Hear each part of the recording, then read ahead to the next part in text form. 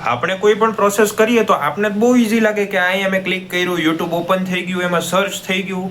પણ તમે કોઈ દી જાણ્યું છે કે આ પ્રોગ્રામર જેને આ વસ્તુ બનાવી છે એને કઈ રીતે જોતો હશે આ એપ્લિકેશનને? કે આપણી જેમ તો એને કંઈ યુઝ નથી કરવાની, એ તો બનાવે છે આ વસ્તુ, એને કઈ રીતે આ દેખાતું હશે? સો આજે એ જ જાણવાના છીએ. તો આ છે એપિસોડ નંબર 5 ઓપરેટિંગ સિસ્ટમ સિરીઝનો. So without wasting time let's start. So programmer view of the process, કે પ્રોસેસ એ પ્રોગ્રામરને કેવી દેખાય છે. આપણી જેમ ન હોય કે અહીંયા ક્લિક કર્યું ને બધું થઈ ગયું. સો એ જોઈએ હવે. પ્રોગ્રામર તરીકે જ્યારે આપણે પ્રોસેસ શબ્દ સાંભળીએ ત્યારે આપણને માત્ર એક ચાલતું સોફ્ટવેર નથી દેખાતું, પણ આપણને દેખાય છે મેમરીનું મેનેજમેન્ટ અને સીપીયુનો ઉપયોગ. સો તમે કોઈ પણ એપ્લિકેશન બનાવતા હોય ને તો તમારે બધી એક નાનામાં નાની વસ્તુનું ધ્યાન રાખવું પડે આમાં. તો પ્રોગ્રામરને કેટલી વસ્તુનું ધ્યાન રાખવું પડતું હશે. એને શું કીધું? મેમરી મેનેજમેન્ટ અને સીપીયુનો ઉપયોગ. તો મેમરી એને ક્યાં કઈ જગ્યાએ સ્ટોર કરાવવાની, કેટલી મેમરી સ્ટોર કરાવવાની. પછી સીપીયુનો ઉપયોગ એને કીધું કે સીપીયુમાં કઈ પ્રોસેસ ક્યારે શેડ્યુલ થવી જોઈએ, કઈ રીતે થવી જોઈએ, એમાં કેટલા શેડ્યુલર આવે, એને કઈ રીતે શેડ્યુલ કરવાના, કેટલી મિલીસેકન્ડનો ટાઈમ ગેપ દેવાનો, કેટલી વસ્તુ એને આમ મેનેજ કરવી પડતી હશે. સો આ એનો વ્યૂ આપણે અત્યારે જોવાના છીએ. સરળ ભાષામાં કહીએ તો પ્રોગ્રામ એ રસોઈ બનાવવાની રેસિપી છે જે પુસ્તકમાં લખેલી છે, પણ પ્રોસેસ એ છે જ્યારે તમે ગેસ ચાલુ કરીને રસોઈ બનાવવાનું શરૂ કરો. એટલે કે પ્રોગ્રામ છે ને, આપણે જે યુટ્યુબ વાપરીએ તો એ શું છે? એક રસોઈની બુક જ છે કે આપણે ખાલી આમ જોઈ શકીએ, એમાં આપણે કાંઈ નથી કર્યું, આપણે ખાલી જોઈ જ છીએ. રસોઈની બુક તમે ખાલી વાંચી શકો, એમાં કાંઈ તમે રસોઈ નથી બનાવતા. અને એની જગ્યાએ પ્રોસેસ છે એકચ્યુઅલ પ્રોગ્રામર માટે એ શું છે? તો એ અહીંયા કોડિંગ કરે છે, એનો લોજિક લગાવે છે, એ પ્રોગ્રામને રનિંગ કરી શકે એવી હાલતમાં લાવે છે. હવે તમે અહીંયા ક્લિક કરો ને કાંઈ ન થતું હોય તો એ કાંઈ ફંક્શનાલિટી એમાં છે નહીં, પણ એની જ જગ્યાએ હું અહીંયા ક્લિક કરું ને એક નવું પેજ ખુલતું હોય તો એને કહેવાય પ્રોસેસ, અને જે પ્રોગ્રામર સેટ કરે છે. એટલે કે હવે સમજો કોઈ HTMLમાં હાઇપર લિંક લગાવું છું અત્યારે, તો અહીંયા ક્લિક કરું તો એને મેં શું લિંક કર્યું કે એ બીજા પેજ ઉપર વહી જાય. આ વસ્તુ હું તમને થોડુંક સમજાવું છું કે આ મેં એક પેજ બનાવ્યું છે અને આ બીજું પેજ છે. આનું નામ છે હોમ પેજ, હોમ, અને આનું નામ છે કોન્ટેક્ટ પેજ, કોન્ટેક્ટ. સો અહીંયા હોમ પેજ ઉપર મેં શું કર્યું? તો અહીંયા એક સર્ચ બાર હતું, આ સર્ચ બાર, પછી અહીંયા બધું મારી ડિટેલ હતી, ફોટોઝ હતા, અને લાસ્ટમાં હતું હું કોન્ટેક્ટ. સો અહીંયા કોન્ટેક્ટ નામનું મેં બટન એડ કર્યું. ક્યાં? છેલ્લે જુઓ અહીંયા. સો જ્યારે કોઈ પણ વ્યક્તિ આની ઉપર ક્લિક કરે, શું કરે? અહીંયા ક્લિક કરે, તો એવી રીતે પ્રોગ્રામર એને સેટ કરે છે. આપણે નહીં, પ્રોગ્રામર એને કઈ રીતે સેટ કરે કે હું અહીંયા ક્લિક કરીશ ને એટલે ડાયરેક્ટ આ પેજ ખુલવું જોઈએ. આપને તો એમ જ હોય કે મેં અહીંયા ક્લિક કર્યું ને આ પેજ ખુલી ગયું, પણ પ્રોગ્રામર કઈ રીતે જોવે કે મેં અહીંયા કોઈ ક્લિક કરે ને તો અહીંયા હું એક ફંક્શન મૂકી દઉં કે ભાઈ @ પછી src ને કઈ પેજ છે? તો કોન્ટેક્ટ પેજ છે, contact.html, અને આ ટેગ લગાવ્યો. હવે જ્યારે કોઈક અહીંયા ક્લિક કરશે તો એ ક્યાં પૂછશે? આ પેજની અંદર વહી જશે. સો આ પેજ ખુલી ગયું. તો આપને તો શું હતું કે અહીંયા ક્લિક કર્યું ને બીજું પેજ ખુલી ગયું, પણ પ્રોગ્રામર માટે એ જ વસ્તુ અલગ હતી. કેવી? કે એને કોડ લખવો પડ્યો. અહીંયા તમે જોયો, આ જુઓ @src. આ વસ્તુ જેને થોડુંક HTML ફાવતું હશે એને ખબર હશે. નો ફાવે ને તો જઈને યુટ્યુબમાં સર્ચ કરો એન્કર ટેગ, એન્કર. જો અહીંયા લખી દઉં છું તમને, એન્કર ટેગ ઇન HTML. એટલે આનો તમને થોડોક આઈડિયા આવી જશે કે જે ડેવલપર્સ હોય કે પ્રોગ્રામર હોય કઈ રીતે આ બધું સેટિંગ કરે છે. સો આ તો તમે જોયું અત્યારે કે ભાઈ એક બુક છે, તો એને શું કહેવાય કે આપણી ભાષામાં પ્રોગ્રામ કહેવાય, પણ પ્રોગ્રામરની ભાષામાં રસોઈ બનાવે છે, બુક નથી હોતો એ રસોઈ બનાવે છે, એને પ્રોસેસ કહેવાય. બરાબર? પ્રોગ્રામર માટે પ્રોસેસ એ પ્રોગ્રામ ઇન એક્શન છે, કે એ પ્રોગ્રામ ચાલવો જોઈએ, એને ચાલતો કરી દેવો પડે. સો એ એનો વ્યૂ છે. સો અહીંયા જુઓ બે ઇમેજ આપી છે. કેટલી? બે. નોર્મલ પીપલનો પોઈન્ટ ઓફ વ્યૂ શું હોય? પ્રોગ્રામનો કોડ છે અને આઉટપુટ છે, બે જ વસ્તુ જોશે. એને એમ કે ભાઈ આમાં તો ખાલી એક કોડ લખ્યો હોય પ્રોગ્રામર અને એનું આઉટપુટ આવી ગયું. પણ હવે એ જ વસ્તુ આપણે પ્રોગ્રામરના વ્યૂથી જોઈએ. સો પ્રોગ્રામરનો વ્યૂ એવો છે કે પ્રોગ્રામનો કોડ જુઓ, પછી ડેટાનો સેક્શન જુઓ, કેવો ડેટા નાખ્યો, ક્યાંથી આપણે કોલ કરાવ્યો છે, ડેટાની કઈ API યુઝ કરી છે. સ્ટેક છે કે ડેટાને એક પછી એક ગોઠવવાનું હોય, લાઇનમાં કઈ રીતે ગોઠવશે. પછી હીપ મેમરી છે અને CPU છે કઈ રીતે એનું સેટિંગ કરવાનું છે બધું ઈ જોશે. હવે આ વસ્તુ આપણે અત્યારે લાઈન બાય લાઈન જોશું અત્યારે programmer point of view. So start કરીએ પ્રોગ્રામ કોડથી, કે પહેલાં તો એને પ્રોગ્રામનો કોડ જોવો પડશે કે ભાઈ મેં શું પ્રોગ્રામ લખ્યો છે, ક્યાંથી એ કોડ કમ્પાઇલ થાય છે, ક્યાં એરર આવે છે, બધું એ જોશે.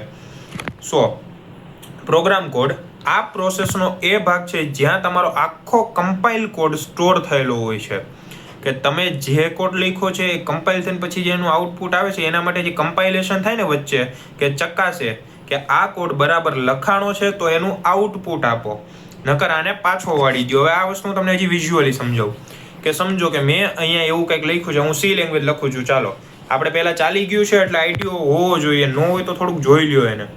સો સી લેંગ્વેજ આપણે અહીંયા શીખાતા, તો સી લેંગ્વેજના બેઝ ઉપર લઈએ. સો મારે અહીંયા પ્રિન્ટ કરાવવું છે તો હું શું લખી, પ્રિન્ટ અને હેલો હેલો, અને અહીંયા હું પૂરું કરી દઈશ. શું થશે? આઉટપુટ આવશે? નહીં આવે. કેમ? કારણ કે અહીંયા પ્રિન્ટ નો આવે, પ્રિન્ટ એફ આવે, અહીંયા પ્રિન્ટ એફ, તો જ આઉટપુટ આવશે.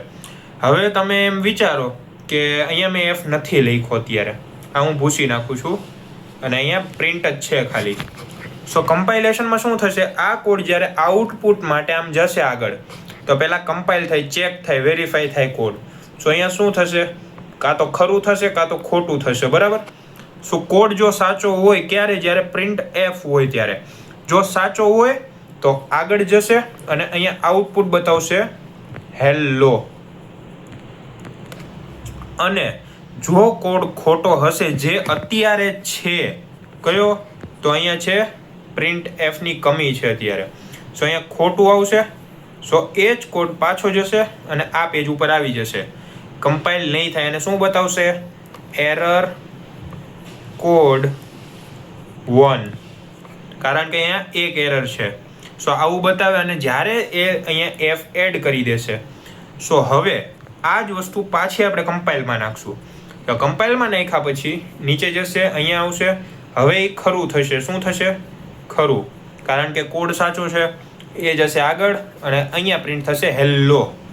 આ ખબર પડી? હવે આટલી નાની વસ્તુ પ્રોગ્રામરને જોવી પડે, આપણે એ બધું નથી જોતા. ત્યારબાદ છે આ વિભાગ રીડ ઓનલી હોય છે, જેથી પ્રોગ્રામ ચાલતી વખતે ભૂલથી પણ પોતાનો કોડ બદલી ના શકે. એટલે કે આ કોડ જે લખ્યો હોય ને, હવે તમારા જેવા લોકો હોય જેની પાસે ઓથોરિટી નથી આ કોડને એક્સેસ કરવી, એ ખાલી જોઈ શકશે, કાંઈ નહીં કરી શકે. અને પ્રોગ્રામર હોય કે જે આ સુધારવાનો છે, તો એના માટે રીડ ઓનલી હોય, જ્યાં સુધી કંપનીનો કોડ એ ચકાસી ન લે. એકવાર ચકાસી લે પછી કંપનીને રિક્વેસ્ટ કરે કે ભાઈ મને તમારા કોડમાં બદલાવ કરવાની જરૂર લાગે છે, તો પછી એ ચેન્જીસ કરશે. અને રિયલ લાઈફ એક્ઝામ્પલ એવું છે કે તમે મ્યુઝિક પ્લેયરમાં ગીત વગાડો છો, તો ગીત વગાડવાના નિયમો કે સ્ટેપ જે ફાઇલમાં લખ્યા હોય તે આ પ્રોગ્રામ કોડ છે. હવે આપણે આ વસ્તુ જોતા હોય તો મ્યુઝિક વગાડતા હોય તમે ફૂલ વોલ્યુમ કરી દો છો, ફૂલ, તો મોબાઈલમાં એક એલર્ટ આવે કે આનાથી વધારે અવાજ રાખશો તો તમારા કાનને નુકસાન થશે. તો આપણે શું કરીએ, વધારી દો અવાજ, ભલે કાનનું જી થવું એ થાય. અને થોડાક દી થાય ત્યાં કોઈક વાંચી રાઈડ પાડતું હોય તો સંભળાણું નહીં, આવું થાય. તો આ એક રૂલ ઓફ કોડ હતા. સો આ પ્રોગ્રામ કોડ આને જ કહેવાય કે અમુક રૂલ્સ હોય, એની અંદર રેગ્યુલેશન્સ હોય, રિસ્ટ્રિક્શન્સ હોય, કે એના લોજિક હોય. તો એ પ્રોગ્રામરને જોવું પડે, આપણે કાંઈ નહીં દેખાય એવું. અને આપણે એવું જોવા નહીં ને તો આપણે હું કોડ લખાઈ ગયો જવા દો, એમ ન હાલે. ડેટા સેક્શન, અહીં પ્રોગ્રામના ગ્લોબલ અને સ્ટેટિક વેરિયેબલ સેવ થાય છે. જે વેરિયેબલ આખા પ્રોગ્રામ દરમિયાન લાઈવ રહેવાના હોય તે અહીં રહે છે.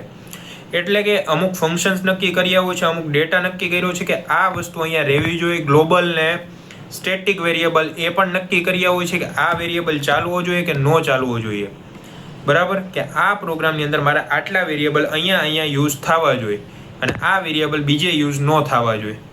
ખબર પડી? સો રિયલ લાઈફ એક્ઝામ્પલ પણ એનું આપીએ. સો જે વેરિયેબલ આખા પ્રોગ્રામ દરમિયાન લાઈવ રહેવાની એ તમને ખબર પડી ગઈ.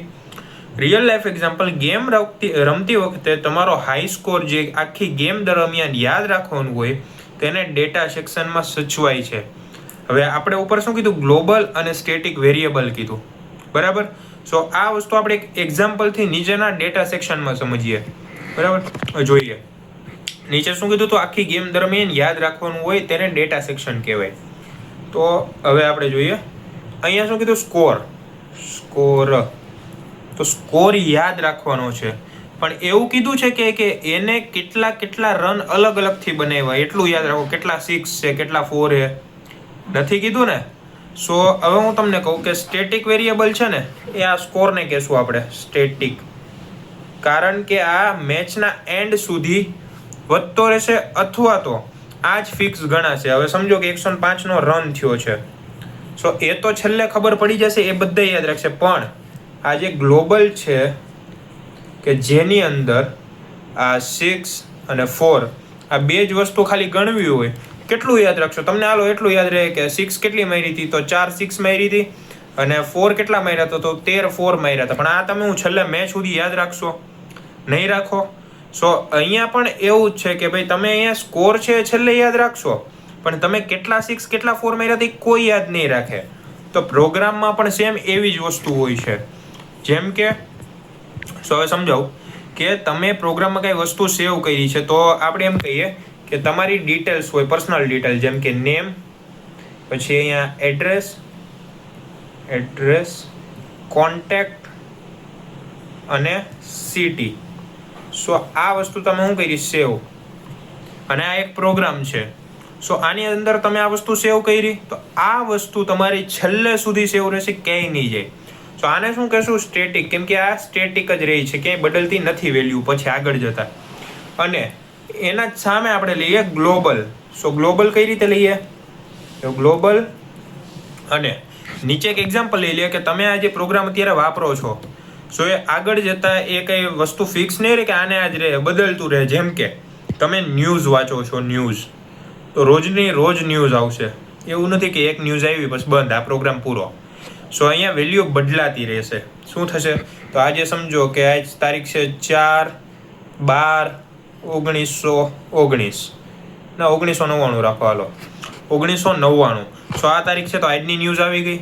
તો આજની ન્યૂઝ આવી એટલે એવું ન હોય કે અહીંયા પૂરું થઈ જાય એપ્લિકેશનનું કામ. અહીંયા 5 તારીખની ન્યૂઝ આવશે, પછી એના પછી 6 તારીખની ન્યૂઝ આવશે, એમ કરીને આજ 2026 સુધી.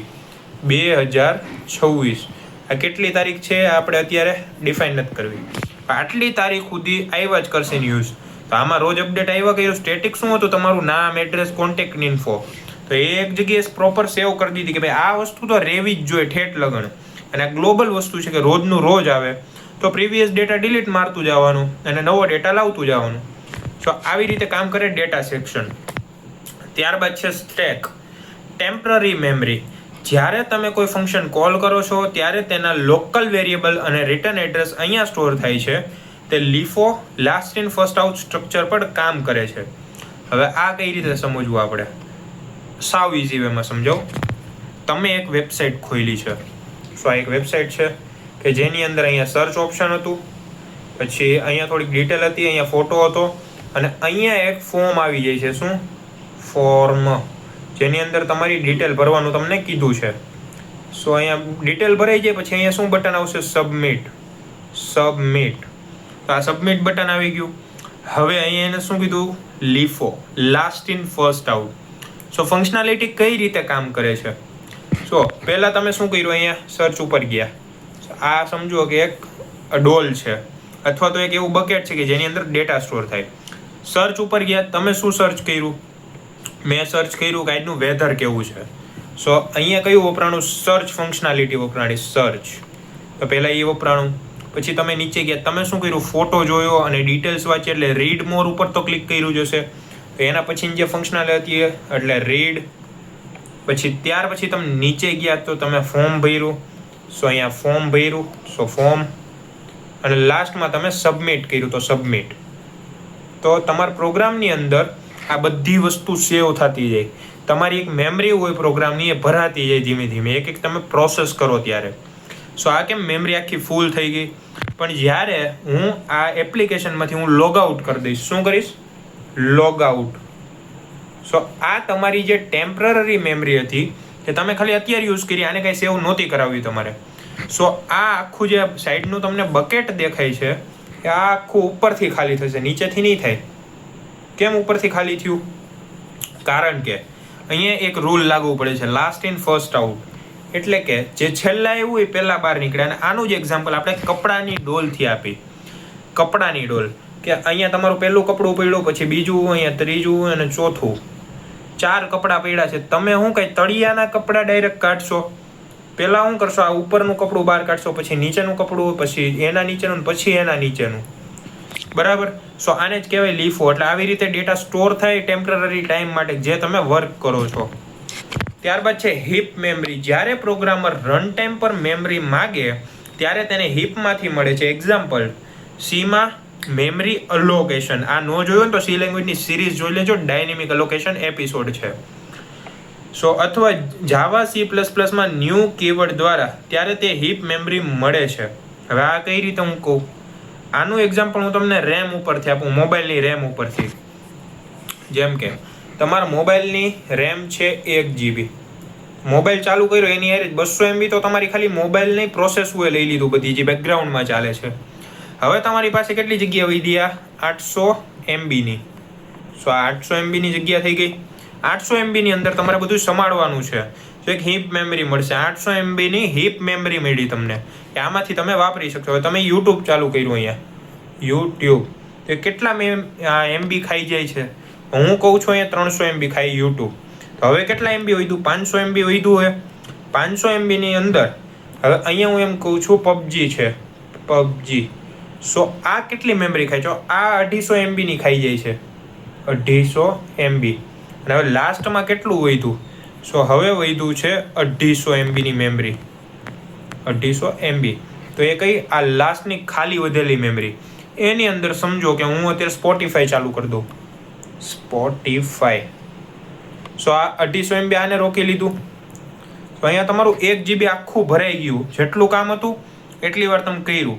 અને હવે જ્યારે તમે ક્લીન ઓપ્શન આવતો હોય, તમને ખબર હોય તો કે આવી રીતનું આવે અને આમ ક્લિયર ઓલ, આ ક્લિક કરો ને એટલે ખાલી થઈ જાય બધું. કઈ રીતે? આખી મેમરી તમારી પાછી ખાલી. અને અહીંયા 200 MB તમારા ઓપરેટિંગ સિસ્ટમનું વધે જ. બાકી આ તમે જુઓ આખી મેમરી ખાલી થઈ ગઈ તમારી. દેખાય કંઈ ભરેલું? સો અહીંયા બધું ખાલી કરી દીધું. તો આને જ કહેવાય હીપ મેમરી. ઓકે. સો ત્યારબાદ જોઈએ લાસ્ટ, CPU અને પ્રોસેસ એક્ઝિક્યુશન. કે CPU રજિસ્ટર અને પ્રોગ્રામ કાઉન્ટર પ્રોસેસ અત્યારે કઈ લાઈન પર કામ કરે તે PC નક્કી કરે. એટલે કે પ્રોગ્રામર તરીકે આપણે જે જોવાનું હોય પ્રોસેસ CPUનો કેટલો સમય વાપરે. આ આપણે વિઝ્યુઅલી સમજીએ કે સમજો અહીંયા એક CPU છે, CPU, અને એને શું કરવાનું છે? એની પાસે હજારો પ્રોસેસ છે. કેટલી? હજારો પ્રોસેસ છે. સો એને એવું નક્કી કર્યું આ 1000 પ્રોસેસ, અને CPU પાસે કેટલો ટાઈમ છે અત્યારે? 100 મિનિટનો ટાઈમ છે અત્યારે ખાલી કામ કરવા માટે. વધારે એ કામ નહીં કરી શકે. સો હવે એને શું કરવાનું છે? બધી પ્રોસેસને કેટલી મિનિટ આપશે? ગણો. 10 મિનિટની અંદર એને 100 પ્રોસેસ પતાવવાની છે. બરાબર? કેટલી? 10 મિનિટમાં 100 પ્રોસેસ. 100 પ્રોસેસ. હવે આમાં શું થશે ખબર? પાર્ટેશન પડશે. જેમ કે હવે હું એમ કહું કે તમારા 10 જે મિનિટ હતા એની અંદર 100 પ્રોસેસ તમે કરી. સો એવી 10 અલગ અલગ પાર્ટેશન બનાવો કે જેની અંદર 100 પ્રોસેસની 10-10 મિનિટનો એક ગેપ હોય. હવે એ જ વસ્તુ હું તમને પાછી દોરીને બતાવું છું કે આ આખું તમારું CPU હતું. હવે 10 પાર્ટેશન પાડવાના છે. કેટલા? 1 2 3 4 5 6 7 8. આ કેટલા થયા? 1 2 3 4 5 6 7 8 9. અને હજી એક પ્રોસેસ પાડી દઈએ અહીંયા. તો ટોટલ 10 પાર્ટીશન થયા. કેટલા? 10. હવે મારે શું કરવાનું છે? અહીંયા 1000 પ્રોસેસ હતી. કેટલી? 1000. સો એને મારે 10 મિનિટમાં કેટલી? 100 પ્રોસેસને પૂરી કરવાની છે. પ્રોસેસ એને કરવાની 10 મિનિટમાં પૂરી. તો હવે હું અહીંયા ટાઈમ શિફ્ટિંગ કરીશ. જેમ કે 10 મિનિટનો ટાઈમ હું બધાને આપવાનો છું. આને 10 મિનિટ, આને 10 મિનિટ, બધાને 10 મિનિટનો ટાઈમ મળી ગયો. અને બધાની અંદર હું 100 પ્રોસેસ આપીશ. સો અહીંયા હું આપીશ 100 પ્રોસેસ, અહીંયા 100, પછી અહીંયા બધાને 100 પ્રોસેસ આપી દીધી. અને બધાનો ટાઈમ આપણે 10 મિનિટનો ફિક્સ કર્યો. કેટલો? 10 મિનિટ ઈચ. તો 10 મિનિટનો 100 પ્રોસેસ થવી જોઈએ. એટલે એમ કરીને 100 મિનિટની અંદર 1000 પ્રોસેસ પૂરી કરી દેવાની. આને જ કહેવાય સીપીયુનું પ્રોસેસ મેનેજમેન્ટ, કે કઈ રીતે પ્રોસેસ મેનેજ થાય છે. સો રિયલ લાઈફ એક્ઝામ્પલ લઈએ. એક રસોઈયો એટલે કે ધારો કે સીપીયુ રસોડામાં કામ કરે છે, એક સમયે એક જ સ્ટેપ કરે છે, ઇન્સ્ટ્રક્શન લે છે, પણ તે એટલું ફાસ્ટ કરે છે કે આપને લાગે બધું સાથે થયું. હવે હું એમ કહું કે એક રસોઈયો છે, એને મેં એમ કીધું કે જૈન ભાઈ તું પનીર ટિક્કાનું શાક બને. પછી મારી મમ્મીએ એમ કીધું કે દાળ પાલકનું બને. મારા પપ્પાએ કીધું મારે ખાવું જ નથી, એ સાઈડમાં વયું ગયું. હવે 2 શાક બનાવવાના છે અહીંયા, અને મેં રસોઈયાને કીધું મારે 10 મિનિટમાં જોઈએ, મમ્મી કે 10 મિનિટમાં જોઈએ. સો અહીંયા શું થશે, રસોઈયો 2 કામ આયરે કરશે, પણ શું કરશે, થોડોક ટાઈમ સ્પ્લિટ કરશે. કે હું 2 મિનિટ આ પનીરને કાપવામાં દઉં અને બીજી 2 મિનિટ અહીંયા પાલક સુધારતો જાઉં. એક બાજુ હું અહીંયા તેલમાં બધું વેજીટેબલ સાતળું, અહીંયા બીજી બાજુ હું દાળ ગરમ કરું, આ બાજુ જઈને હું બધો તડકો લગાવું, આ બાજુ પાછો જાઉં અને બધું ગાર્નિશ કરું. તો 2 કામ એ એક હારે કરે, પણ એક હારે બધું એ નથી કરતો, 2 હાથે આમ બનાવતો હોય, સ્પ્લિટ કરે છે. અડધું કામ થોડુંક આમ અને થોડુંક કામ આમ, એટલે 2 બાજુ સ્પ્લિટ કર્યું, પણ કામ 2 થાય છે, ટાઈમ એ ઓછો લાગે છે અને 2 કામ પૂરું થઈ જાય છે. સો આને જ સીપીયુ અને પ્રોસેસનું એક્ઝિક્યુશન કહેવાય છે. સો આઈ હોપ કે તમને આમાં તો કંઈ કન્ફ્યુઝન નહીં હોય કે પ્રોગ્રામનો વ્યૂ કઈ રીતે પ્રોગ્રામર વ્યૂ કરે છે આ પ્રોસેસને, કે એ કઈ રીતે સમજે છે આ વસ્તુને. સો હવે તમને ક્લિયર થઈ ગયું હશે. સો આ વિડીયો જો તમને પસંદ આવ્યો હોય તો લાઇકના બટનને ક્લિક કરો અને ચેનલને સબસ્ક્રાઈબ કરો, અને આ વિડીયોને તમારા બધા મિત્રો સુધી શેર કરો, જેથી તેમને પણ આ વિડીયો હેલ્પફુલ બની રહે. તો મળીએ નેક્સ્ટ વિડીયોમાં.